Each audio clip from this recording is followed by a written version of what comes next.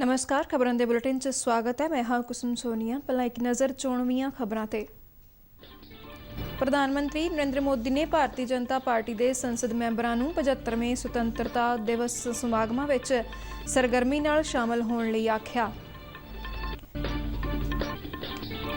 राज सभा के chairman M Venkaiah Naidu ने संसद मैंबरां नूं देश की आज़ादी के 75 साला समागमां अमृत महोत्सव विच हिस्सा लैण की अपील की। लोक सभा ने गैर कानूनी कलोनियां नूं रैगूलर करन संबंधी राष्ट्रीय राजधानी खेतर दिल्ली बारे कानूनां दे दूजे सोध बिल 2021 नूं पास किया।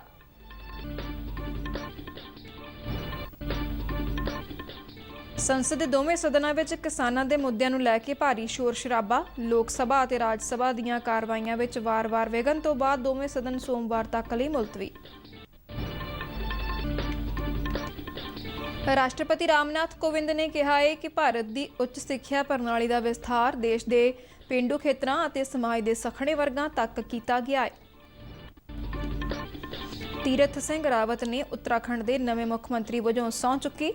उत्तराखंड के नवे मंत्रिमंडल बारे फैसला 1-2 दिनों में आवेगा। पंजाब चौकसी ब्यूरो ने पंजाब विच प्रधानमंत्री आरोग्य योजना आयुष्मान भारत स्कीम तहत करोड़ों रुपए के घोटाले का पर्दाफाश किया।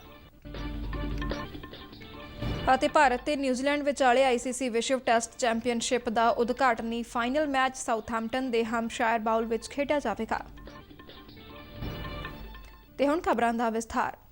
प्रधानमंत्री नरेंद्र मोदी ने भारतीय जनता पार्टी के संसद मैंबरां नूं 75वें सुतंत्रता दिवस समागमां विच सरगर्मी नाल शामिल होने लई आख्या है। ये प्रोग्राम साल भर चलणगे।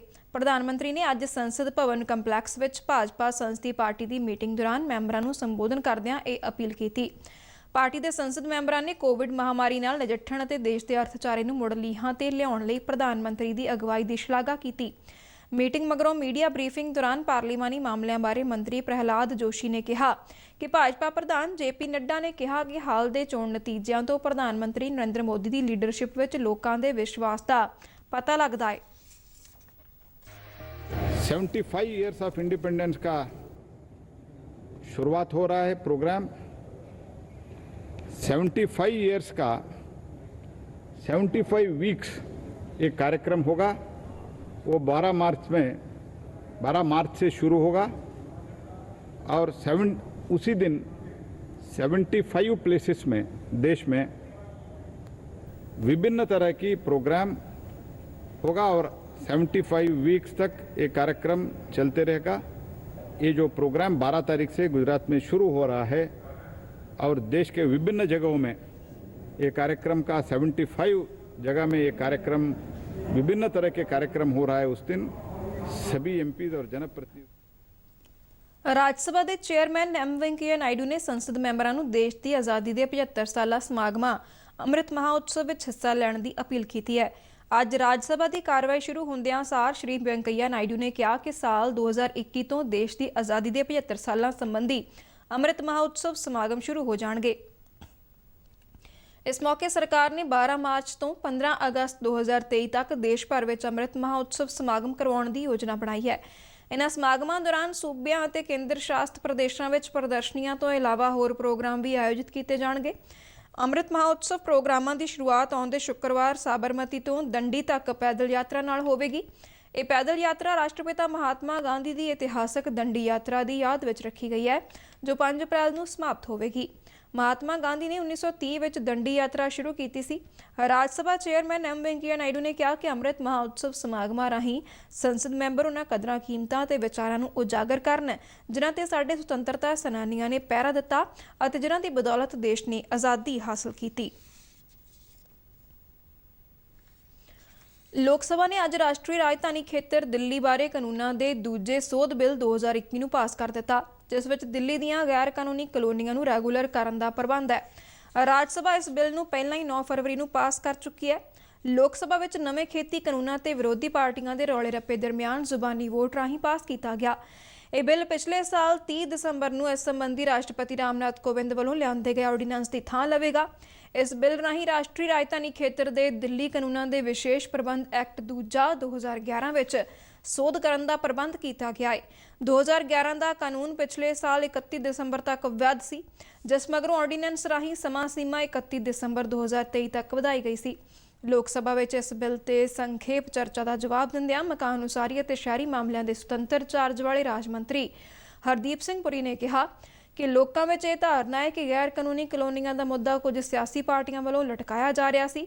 ਉਹਨਾਂ ਕਿਹਾ ਕਿ ਦਿੱਲੀ ਸਰਕਾਰ ਨੇ ਸ਼ਹਿਰੀ ਵਿਕਾਸ ਮੰਤਰਾਲਾ ਨੂੰ ਚਿੱਠੀ ਲਿਖ ਕੇ 1 ਅਗਸਤ 2017 ਤੋਂ ਜੁਲਾਈ 2019 ਤੱਕ ਗੈਰ ਕਾਨੂੰਨੀ ਕਲੋਨੀਆਂ ਦਾ ਸਰਵੇਖਣ ਕਰਨ ਲਈ ਆਖਿਆ ਸੀ। ਹਰਦੀਪ ਸਿੰਘ ਪੁਰੀ ਨੇ ਕਿਹਾ ਕਿ 2019 ਵਿੱਚ ਦਿੱਲੀ ਸਰਕਾਰ ਇਸ ਮੁੱਦੇ ਨੂੰ 2 ਸਾਲ ਹੋਰ ਲਟਕਾਉਣਾ ਚਾਹੁੰਦੀ ਸੀ, ਜਿਸ ਕਰਕੇ ਅਸੀਂ ਬਿੱਲ ਲੈ ਕੇ ਆਏ। ਭਾਜਪਾ ਮੈਂਬਰ ਮੀਨਾਕਸ਼ੀ ਲੇਖੀ ਅਤੇ ਰਮੇਸ਼ ਬਿਧੂਰੀ ਨੇ ਇਸ ਬਿੱਲ ਤੇ ਚਰਚਾ ਵਿੱਚ ਹਿੱਸਾ ਲਿਆ। ਬਿੱਲ ਪਾਸ ਹੋਣ ਮਗਰੋਂ ਲੋਕ ਸਭਾ ਦੀ ਕਾਰਵਾਈ ਬਾਅਦ ਦੁਪਹਿਰ 2:30 ਵਜੇ ਤੱਕ ਮੁਲਤਵੀ ਕਰ ਦਿੱਤੀ ਗਈ।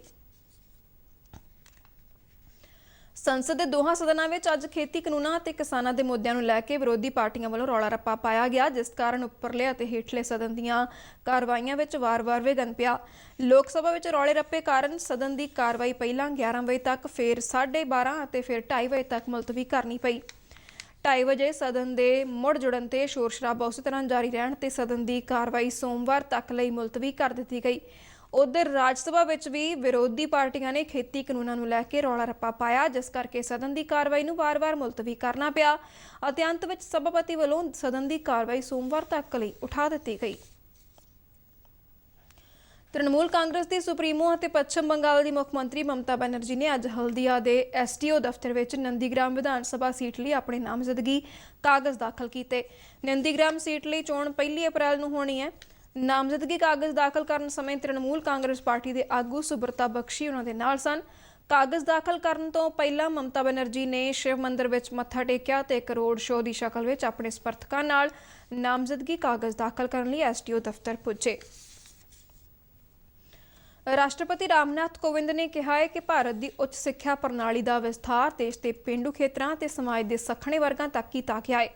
ਅੱਜ ਵੇਲੋਰ ਵਿੱਚ ਤਿਰੂਵਲੂਰ ਯੂਨੀਵਰਸਿਟੀ ਦੇ 16ਵੇਂ ਸਾਲਾਨਾ ਕਨਵੋਕੇਸ਼ਨ ਸਮਾਗਮ ਨੂੰ ਸੰਬੋਧਨ ਕਰਦਿਆਂ ਰਾਸ਼ਟਰਪਤੀ ਨੇ ਕਿਹਾ ਕਿ ਭਾਰਤ ਦੁਨੀਆ ਦੀ ਤੀਜੀ ਸਭ ਤੋਂ ਵੱਡੀ ਸਿੱਖਿਆ ਪ੍ਰਣਾਲੀ ਵਾਲਾ ਦੇਸ਼ ਬਣ ਗਿਆ ਹੈ, ਪਰ ਉਸ ਨੂੰ ਹੋਰ ਵੀ ਵੱਧ ਉਚਾਈਆਂ ਛੂਹਣ ਦੀ ਕੋਸ਼ਿਸ਼ ਕਰਨੀ ਚਾਹੀਦੀ ਹੈ। ਮਹਾਨ ਸੰਤ ਕਵੀ ਤਿਰੂਵਲੂਰ ਦੀਆਂ ਲਿਖਤਾਂ ਦੀ ਪ੍ਰਸ਼ੰਸਾ ਕਰਦਿਆਂ ਉਹਨਾਂ ਕਿਹਾ ਕਿ ਸਾਨੂੰ ਉਹਨਾਂ ਦੇ ਉਪਦੇਸ਼ਾਂ ਦੀ ਪਾਲਣਾ ਕਰਨੀ ਚਾਹੀਦੀ ਹੈ। 1806 ਵਿੱਚ ਵੇਲੋਰ ਸਿਪਾਹੀ ਵਿਦਰੋਹ ਨੂੰ ਚੇਤੇ ਕਰਦਿਆਂ ਰਾਸ਼ਟਰਪਤੀ ਨੇ ਕਿਹਾ ਕਿ ਇਸ ਨਾਲ ਸਾਡੇ ਸੁਤੰਤਰਤਾ ਅੰਦੋਲਨ ਦੀ ਸ਼ੁਰੂਆਤ ਹੋਈ। ਉਹਨਾਂ ਕਿਹਾ ਕਿ ਵਿਦਿਆਰਥੀਆਂ, ਖਾਸ ਤੌਰ ਤੇ ਆਰਥਿਕ ਅਤੇ ਸਿੱਖਿਆ ਪੱਖੋਂ ਪਛੜੇ ਖੇਤਰਾਂ ਦੇ ਵਿਦਿਆਰਥੀਆਂ ਨੂੰ ਉੱਚ ਗੁਣਵੱਤਾ ਵਾਲੀ ਸਿੱਖਿਆ ਪ੍ਰਦਾਨ ਕਰਨਾ ਇੱਕ ਮਹਾਨ ਕਾਰਜ ਹੈ। ਉਹਨਾਂ ਕਿਹਾ ਕਿ ਯੂਨੀਵਰਸਿਟੀ ਦੇ ਵਿਦਿਆਰਥੀਆਂ ਵਿੱਚੋਂ 65% ਮਹਿਲਾਵਾਂ ਨੇ। ਰਾਸ਼ਟਰਪਤੀ ਕੋਵਿੰਦ ਨੇ ਕਿਹਾ ਕਿ ਜਦ ਦੇਸ਼ ਦੀਆਂ ਮਹਿਲਾਵਾਂ ਸਿੱਖਿਅਕ ਹੋਣਗੀਆਂ ਤਾਂ ਇਸ ਨਾਲ ਉਹਨਾਂ ਦਾ ਆਪਣਾ ਭਵਿੱਖ ਤਾਂ ਸੁਰੱਖਿਅਤ ਹੋਵੇਗਾ ਹੀ, ਇਸ ਦੇ ਨਾਲ ਹੀ ਸਮੁੱਚੇ ਦੇਸ਼ ਦੀ ਸੁਰੱਖਿਆ ਹੋ ਸਕੇਗੀ। Matter of great satisfaction that India's higher education system has expanded to reach out to serve the rural and marginalized sections. In the process, it has become the third largest education system in the world. India had a rich system of education prior to the British rule.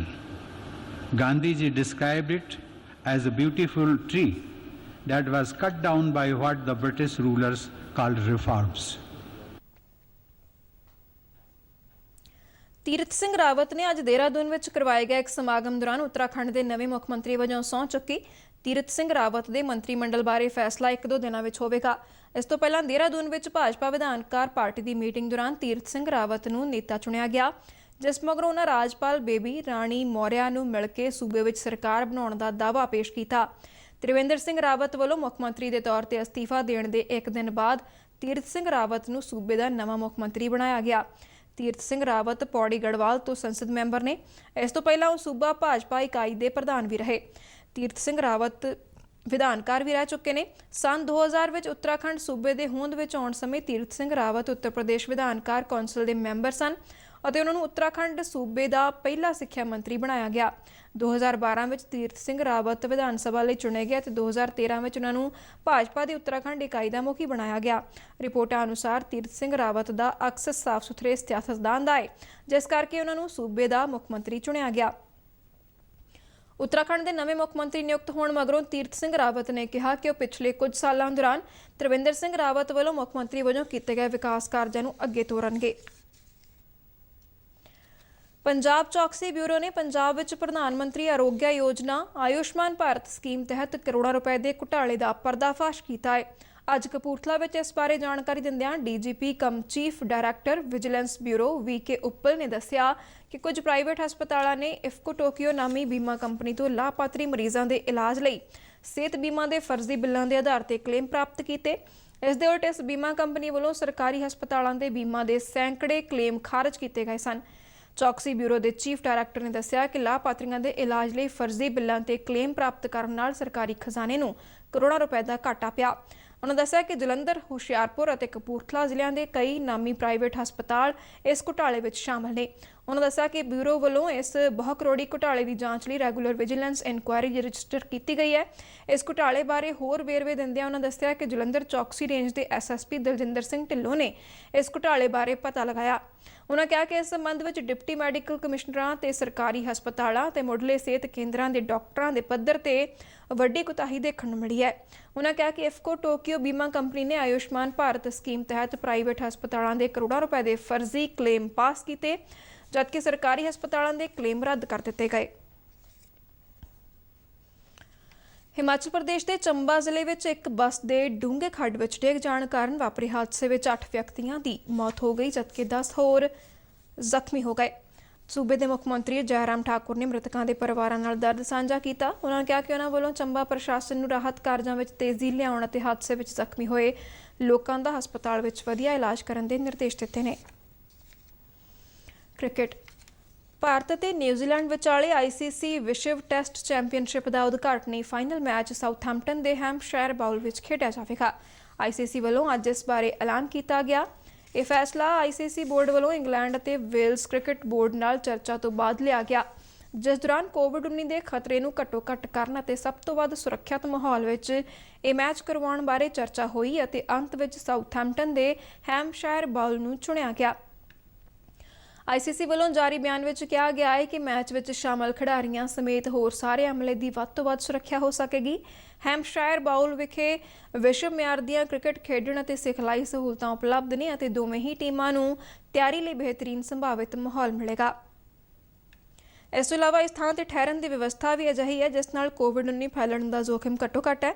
ਜ਼ਿਕਰਯੋਗ ਹੈ ਕਿ ICC ਵਿਸ਼ਵ test championship ਦੇ final ਵਿੱਚ ਪਹੁੰਚਣ ਵਾਲਾ New Zealand ਸਭ ਤੋਂ ਪਹਿਲਾ ਮੁਲਕ ਸੀ, ਜਿਸ ਤੋਂ ਬਾਅਦ ਬੀਤੇ ਸ਼ਨੀਵਾਰ ਭਾਰਤ ਨੇ ਵੀ ਇੰਗਲੈਂਡ ਵਿਰੁੱਧ ਟੈਸਟ ਲੜੀ 3-1 ਨਾਲ ਜਿੱਤਣ ਮਗਰੋਂ ਆਈਸੀਸੀ ਵਿਸ਼ਵ ਟੈਸਟ ਚੈਂਪੀਅਨਸ਼ਿਪ ਦੇ ਫਾਈਨਲ ਵਿੱਚ ਪ੍ਰਵੇਸ਼ ਕੀਤਾ। ਬੁਲੇਟਿਨ ਦੇ ਅਖੀਰ ਵਿੱਚ ਚੁਣਵੀਆਂ ਖਬਰਾਂ ਇੱਕ ਵਾਰ ਫਿਰ ਤੋਂ। ਪ੍ਰਧਾਨ ਮੰਤਰੀ ਨਰਿੰਦਰ ਮੋਦੀ ਨੇ ਭਾਰਤੀ ਜਨਤਾ ਪਾਰਟੀ ਦੇ ਸੰਸਦ ਮੈਂਬਰਾਂ ਨੂੰ 75ਵੇਂ ਸੁਤੰਤਰਤਾ ਦਿਵਸ ਸਮਾਗਮਾਂ ਵਿੱਚ ਸਰਗਰਮੀ ਨਾਲ ਸ਼ਾਮਲ ਹੋਣ ਲਈ ਆਖਿਆ। ਰਾਜ ਸਭਾ ਦੇ ਚੇਅਰਮੈਨ ਐਮ ਵੈਂਕਈਆ ਨਾਇਡੂ ਨੇ ਸੰਸਦ ਮੈਂਬਰਾਂ ਨੂੰ ਦੇਸ਼ ਦੀ ਆਜ਼ਾਦੀ ਦੇ 75 ਸਾਲਾ ਸਮਾਗਮਾਂ ਅੰਮ੍ਰਿਤ ਮਹੋਤਸਵ ਵਿੱਚ ਹਿੱਸਾ ਲੈਣ ਦੀ ਅਪੀਲ ਕੀਤੀ।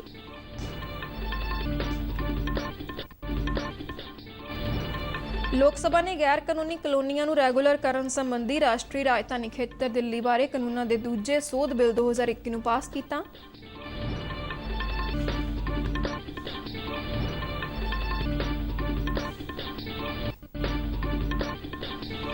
ਸੰਸਦ ਦੇ ਦੋਵਾਂ ਸਦਨਾਂ ਵਿੱਚ ਕਿਸਾਨਾਂ ਦੇ ਮੁੱਦਿਆਂ ਨੂੰ ਲੈ ਕੇ ਭਾਰੀ ਸ਼ੋਰ ਸ਼ਰਾਬਾ। ਲੋਕ ਸਭਾ ਅਤੇ ਰਾਜ ਸਭਾ ਦੀਆਂ ਕਾਰਵਾਈਆਂ ਵਿੱਚ ਵਾਰ-ਵਾਰ ਵਿਘਨ ਤੋਂ ਬਾਅਦ ਦੋਵੇਂ ਸਦਨ ਸੋਮਵਾਰ ਤੱਕ ਲਈ ਮੁਲਤਵੀ।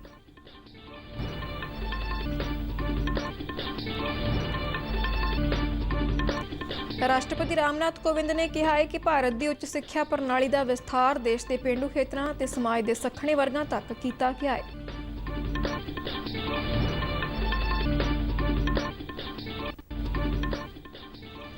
ਤੀਰਥ ਸਿੰਘ ਰਾਵਤ ਨੇ ਉੱਤਰਾਖੰਡ ਦੇ ਨਵੇਂ ਮੁੱਖ ਮੰਤਰੀ ਵਜੋਂ ਸਹੁੰ ਚੁੱਕੀ। ਉੱਤਰਾਖੰਡ ਦੇ ਨਵੇਂ ਮੰਤਰੀ ਮੰਡਲ ਬਾਰੇ ਫੈਸਲਾ 1-2 ਦਿਨਾਂ ਵਿੱਚ ਹੋਵੇਗਾ।